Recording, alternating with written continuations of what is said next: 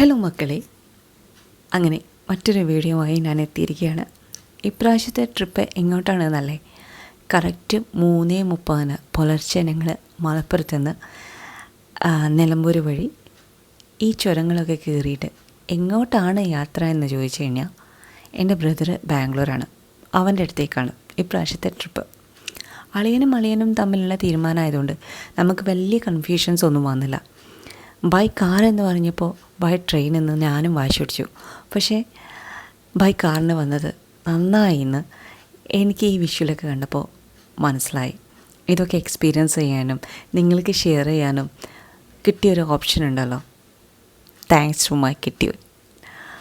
ഞാൻ കുറേ പറഞ്ഞതാണ് ട്രെയിനിന് പോവാന്ന്. കാരണം ഇത്രയും സ്ട്രഗിൾ ചെയ്ത് മൂപ്പര് ഡ്രൈവ് ചെയ്യേണ്ടതെന്ന് വിചാരിച്ചിട്ടാണ് ഞാൻ പറഞ്ഞത്. പക്ഷേ എൻ്റെ കെട്ടിയവന് ഡ്രൈവിംഗ് എന്ന് പറഞ്ഞു കഴിഞ്ഞാൽ ഭയങ്കര ക്രേസാണ്. ഇപ്രാവശ്യത്തെ ട്രിപ്പിൽ നമ്മളൊന്നും മെയിനായിട്ട് പ്ലാൻ ചെയ്തിട്ടില്ല കേട്ടോ. ജസ്റ്റ് ബാംഗ്ലൂർ പോകുന്നു. എത്ര ദിവസത്തേക്കാണ്, എങ്ങോട്ടൊക്കെ പോകണം, അതൊന്നും നമ്മളെ ഡിക്ഷണറിയിലേ ഇല്ല. ജസ്റ്റ് മക്കൾക്കും അമ്മയ്ക്കും വേണ്ടിയിട്ട് ഒരു ഡേ. അപ്പോൾ ഏട്ടന് നാട്ടിലേക്ക് വരാൻ പറ്റില്ല, അവന് ലീവ് കിട്ടില്ലടി എന്ന് പറഞ്ഞപ്പോൾ എൻ്റെ കെട്ടിയവൻ ഓപ്ഷൻ ചെയ്തതാണ് ബാംഗ്ലൂർക്ക് ബൈ കാറിൽ പോവാം. ഓക്കെ, ഞങ്ങളും വെച്ച് പിടിച്ചു. ഒരു 8 മണിയായപ്പോൾ നമ്മൾ ഗൂഡല്ലൂർ എത്തിയിട്ടോ. അവിടുന്ന് ചെറുതായിട്ട് രാവിലത്തെ പ്രഭാത ഭക്ഷണവും കാര്യങ്ങളൊക്കെ കഴിഞ്ഞ് നൈസായിട്ട് ഒരു 5 മസാല ദോശയും 2 വടയും നല്ല ചൂട് ചായയും കുടിച്ച് അവിടെ നിന്ന് ഇറങ്ങിയപ്പോൾ കിട്ടിയൊരു പ്രത്യേകതരം ഉന്മേഷമാട്ടോ. കാരണം പൊല്യൂഷനില്ല. അപ്പോൾ തന്നെ അറിയാമല്ലോ, നമുക്ക് സൈഡ് മിററൊക്കെ തുറന്നിട്ടിട്ട് ലാവിഷായിട്ട് പോയി വരാം. ഞങ്ങളങ്ങനെ അടിപൊളിയായിട്ട് ആ ട്രാവൽ എൻജോയ് ചെയ്തു എന്ന് തന്നെ പറയാം. നിങ്ങൾക്കറിയാമല്ലോ അല്ലേ, ചുരത്തിൽ ആരെയൊക്കെ കാണാൻ പറ്റും. കുരങ്ങൻ, മാന്, മുയൽ, അതേപോലെ മുയലെന്ന് ഞാൻ തള്ളിയതാണ്, സോറി, അറിയാണ്ട് വന്ന് വായപ്പെട്ടതാണ്. അവരൊക്കെ കണ്ട് നല്ല ഫ്രഷ് എയറിൽ ഗ്ലാസ്സൊക്കെ തുറന്നിട്ട് റിലാക്സ്ഡായിട്ട് ഇതിലേ പോയപ്പോൾ ഇതിൻ്റെ വിഷ്വൽ ട്രീറ്റ് ഉണ്ടല്ലോ, അത് ഭയങ്കരമാണ് കേട്ടോ. സൂര്യൻ്റെ വെളിച്ചവും ആ ചില്ലകൾക്കിടയിലൂടെ നമ്മൾ മുഖത്തേക്ക് അടിക്കുമ്പോൾ ഒരു ഭയങ്കര, അത് എത്രത്തോളം എനിക്ക് ഈ വീഡിയോയിൽ ക്യാപ്ചർ ചെയ്യാൻ പറ്റുമെന്ന് ചോദിച്ചു കഴിഞ്ഞാൽ എനിക്കറിയില്ല. നിങ്ങൾ കമൻ്റ് ചെയ്യണം, അതൊന്നേ എനിക്ക് മനസ്സിലാവുള്ളൂ. ഇത്രയും വിഷ്വൽ ട്രീറ്റ് നിങ്ങൾക്ക് മുന്നിൽ എത്തിച്ച് തരാൻ വേണ്ടിയിട്ട് എൻ്റെ കെട്ടി നല്ല രീതിയിൽ കഷ്ടപ്പെട്ടിട്ടുണ്ട്. എനിക്ക് വീഡിയോ എടുക്കേണ്ട സ്ഥലങ്ങൾ മൊത്തം മൂപ്പര് സ്ലോ ഡൗൺ ആക്കി തന്നിട്ടുണ്ട്. Thanks you കെട്ടിയോ.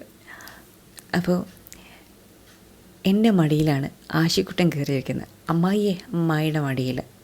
അമ്മായിയുടെ കയ്യിൽ ക്യാമറ ഉണ്ടെന്ന് അവനറിയാം. അപ്പോൾ എൻ്റെ പിന്നാലെ ഉണ്ടാവും അവൻ്റെ ഏട്ടനും അങ്ങനെ തന്നെ, ലിച്ചു അങ്ങനെ തന്നെ. 3 ആളും ക്യാമറ കയ്യിലുണ്ടോ എന്ന മെല്ലെ എന്നെ ഒട്ടു. അങ്ങനെയാണ്. അപ്പോൾ അത്രയും എൻജോയ് ചെയ്ത്, ഞാൻ പറഞ്ഞല്ലോ ഒരു പ്ലാനിങ്ങും ഇല്ല. അമ്മമ്മയുടെ അനിയത്തിയുടെ വീട്ടിൽ പോകണം, അവരവിടെ സെറ്റിൽഡാണ്. അപ്പോൾ അമ്മമ്മേനെ ഒന്ന് കാണണം. പിന്നെ എൻ്റെ കെട്ടിയോൻ്റെ പഴയകാല സുഹൃത്തുണ്ട്, നമ്മളെ സ്കൂൾ സഹപാഠി എന്നൊക്കെ പറയാം, 6ാം ക്ലാസ് വരെ പഠിച്ച ഒരു വ്യക്തി. ആ ആളെ ഒന്നും നേരിട്ട് കാണണം. പറഞ്ഞ് കേട്ടുള്ള അറിവേ ഉള്ളൂ.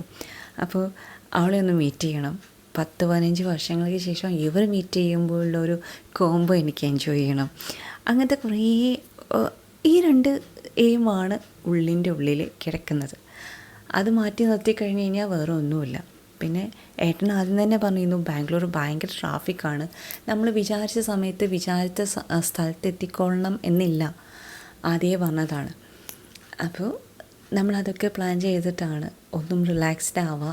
അവൻ്റെ അടുത്ത് പോയി അവൻ്റെ റൂമിൽ തങ്ങി അവിടെ കുറച്ച് ഫുഡൊക്കെ ഉണ്ടാക്കി കഴിച്ച് റിലാക്സ്ഡായിട്ട് തിരിച്ചു വരാം എന്നുള്ള ഉദ്ദേശത്തിൽ മാത്രമാണ് നമ്മൾ ഈ പോയിക്കൊണ്ടിരിക്കുന്നത് കേട്ടോ. കറക്റ്റ് 1 മണിക്ക് അവിടെ എത്തുമ്പോൾ എന്ന് പറഞ്ഞപ്പോൾ ഏട്ടൻ പറഞ്ഞു ഫുഡ് ഞാനിവിടെ എത്തിക്കോളാം, നിങ്ങൾ കയറിപ്പോരും. ഓക്കെ.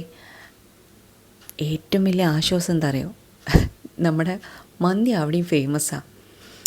അതുകൊണ്ട് ഫുഡിൻ്റെ കാര്യത്തിൽ വലിയ പ്രശ്നം വരില്ല എന്നാണ് എൻ്റെ ഒരു ഫുഡ് എന്ന് വെച്ച് കഴിഞ്ഞാൽ ഞാനും ഏട്ടനും കമ്മന്നടിച്ച് വീഴും. എനിക്ക് നല്ല വായിക്ക് രുചിയായുള്ള ഭക്ഷണം കിട്ടിക്കഴിഞ്ഞ് കഴിഞ്ഞാൽ ബാക്കി ചുറ്റുമുള്ളതൊന്നും കാണുമല്ലോ. സത്യം പറയണേ. എൻ്റെ കെട്ടിയോന് ഒരു സങ്കടം പറഞ്ഞു. അതുകൊണ്ടാണ് കേട്ടോ ഞാനിങ്ങനെ വീഡിയോ ഷൂട്ട് ചെയ്തത്.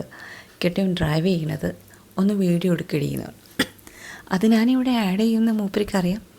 എന്നാലും ഞാൻ വീഡിയോ ക്യാപ്ചർ ചെയ്തു. നമ്മുടെ നാട്ടിൽ അധിക സ്ഥലങ്ങളും നമ്മൾ ക്യാപ്ചർ ചെയ്യുമ്പോൾ നമ്മളെപ്പോഴും കാണുന്ന ഒരു സംഭവമാണ്.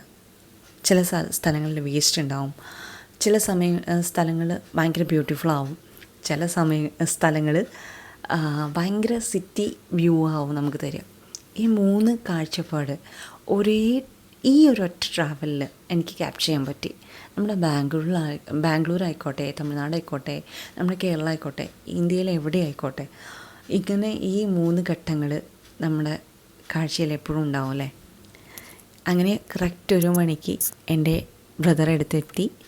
അവൻ എൻ്റെ ക്യാമറ കണ്ടപ്പോഴേക്കും അവൻ തല കുലുക്കാൻ തുടങ്ങി. ഞാൻ വിട്ടു.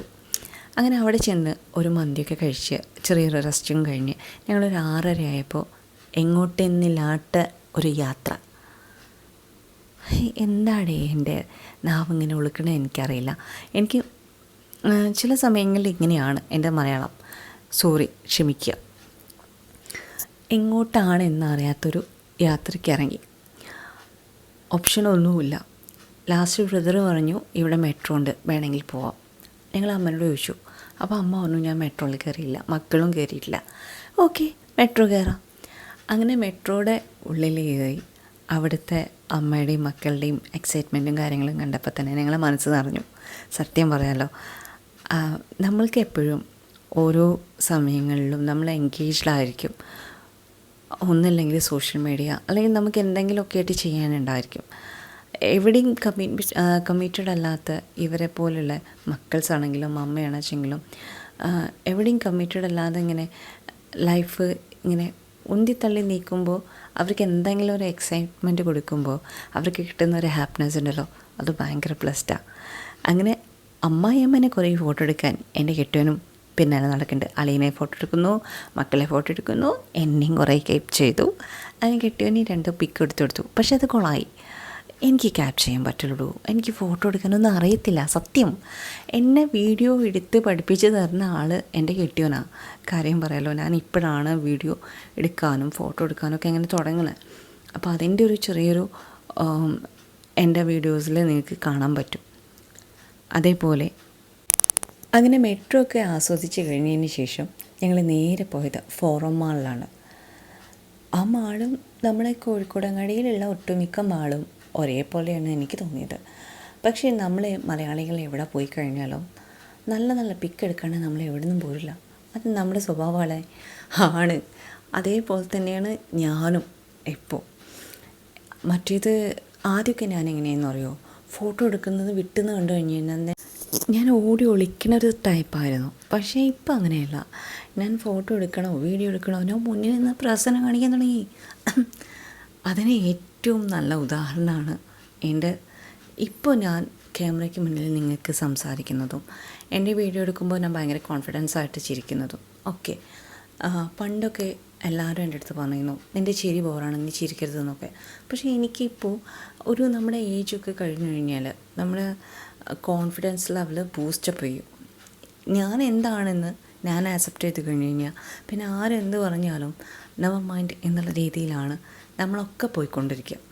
അതേപോലെ തന്നെയാണ് ഇപ്പോൾ ഞാനും പോയിക്കൊണ്ടിരിക്കുന്നത്.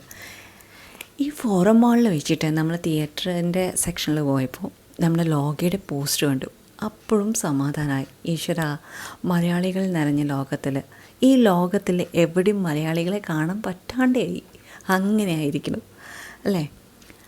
ഇത് സെക്കൻഡ് ഡേ ആണ്. നമ്മൾ ബാംഗ്ലൂരിലെത്തി ഏട്ടൻ്റെ റൂമിൽ സ്റ്റേ ചെയ്ത് അവൻ്റെ റൂമിൻ്റെ ടോപ്പ് ബോട്ടമിൽ ഇരുന്നിട്ട് രാവിലെ 6:30 ഞാൻ കഷ്ടപ്പെട്ട് തണുപ്പടിച്ചിട്ട് നിങ്ങൾക്ക് വേണ്ടി പകർത്തിയ വീഡിയോ.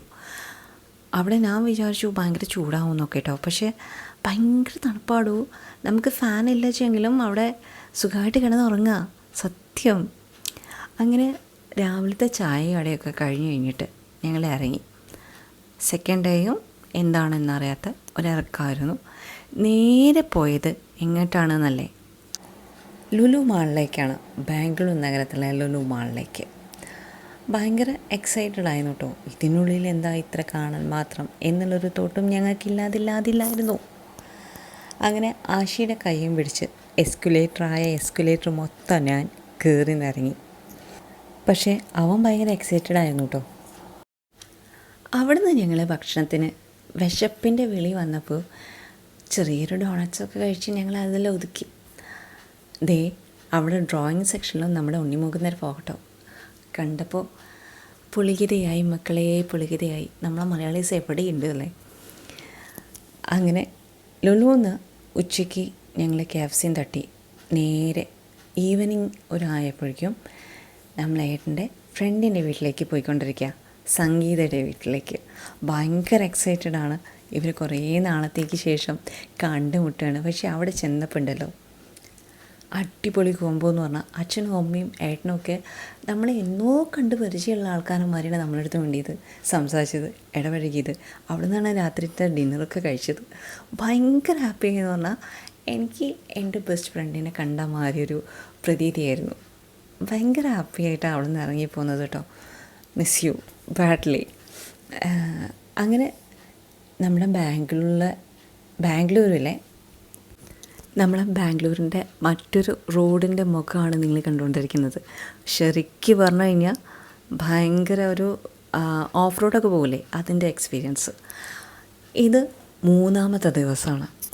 കണ്ടോ, അവിടുത്തെ ആൾക്കാർ കുളിക്കില്ല, നനയ്ക്കില്ല, ഒന്നും ചെയ്യില്ല. പക്ഷേ രാവിലെ എണീറ്റ് അവർ കോലം വരയ്ക്കും. അത് കാണുമ്പോൾ ഭയങ്കര ഒരു എക്സൈറ്റ്മെൻറ്റ് കേട്ടോ. പിന്നെ അവിടെ ഇടയ്ക്കിടയ്ക്ക് നമ്മളിപ്പോൾ 2 വീട് കഴിഞ്ഞ് കഴിഞ്ഞാൽ അമ്പലമാണ്. എൻ്റെ വീട്ടിൻ്റെ ആ ഒരു കോമ്പൗണ്ടിൽ തന്നെ ഒരു 4-5 അമ്പലങ്ങളുണ്ട്. ഇനി പോകുന്നത് സൂവിലേക്കാണ്. എൻ്റെ ലൈഫിൽ കുറേ കാര്യങ്ങൾ എക്സ്പീരിയൻസ് ചെയ്യേണ്ട കാര്യങ്ങളുണ്ടാവുമല്ലേ, അതേപോലത്തെ ഒരു എക്സ്പീരിയൻസിന് വേണ്ടിയിട്ടാണ് ഞാനിപ്പോൾ പോയിക്കൊണ്ടിരിക്കുന്നത്. പക്ഷേ ഒന്നും അറിയില്ലായിരുന്നു കേട്ടോ. ഇവിടുന്ന് ബൈ ബസ്സിൽ സൂവിൻ്റെ ഉള്ളിലൂടെ നമുക്ക് സിംഹത്തിനെയും പുലിനെയും ആനേനെയൊക്കെ അടുത്തുനിന്ന് കാണാത്രേ. കുറേ പ്രാവശ്യം ഞങ്ങൾ അതിന് മുന്നിട്ട് ഇറങ്ങിയിട്ടുണ്ടെങ്കിലും നമുക്കതിന് കൂടിയിട്ടില്ല. പക്ഷേ ഇവൻ നേരെ പോയി ടിക്കറ്റൊക്കെ ഫിക്സ് ചെയ്ത് നേരെ വന്ന് ഞങ്ങളെയൊക്കെ എടുത്ത് ഉള്ളിലേക്ക് പോയി. അപ്പോഴേക്കും അമ്മേനോട് ചോദിക്കണ്ടേ, അമ്മേൻ്റെ ബാഗിൽ പ്ലാസ്റ്റിക് ഒന്നും ഇല്ലല്ലോ, ഉള്ളിലേക്ക് കയറ്റില്ല കേട്ടോ, നമ്മളവിടെ പോസ്റ്റ് ആവട്ടോ എന്നൊക്കെ. അപ്പം അമ്മ പറഞ്ഞു ഇല്ല മോനെ ഇല്ല. പക്ഷെ അവിടെ എത്തിയപ്പോൾ നമ്മൾ പോസ്റ്റായി. കണ്ടോ ചിപ്സിൻ്റെ പാക്ക്. ഇത് കണ്ടപ്പോൾ അമ്മ പറയുന്നൊരു ഡയലോഗുണ്ട്, മക്കളൊക്കെ ഉള്ളതല്ലേ വിശക്കൂലേ. നമ്മൾ അമ്മമാരെ ഒരു കാര്യം നോക്കണമല്ലേ, ഇത്ര വലിയ മക്കളായിട്ടും വിശപ്പ്, അവർക്ക് വിശക്കൂലേ, അവർക്ക് ദാഹിക്കൂലേ, അതൊക്കെയാണ് അവരുടെ മെയിൻ കൺസിഡറേഷൻ.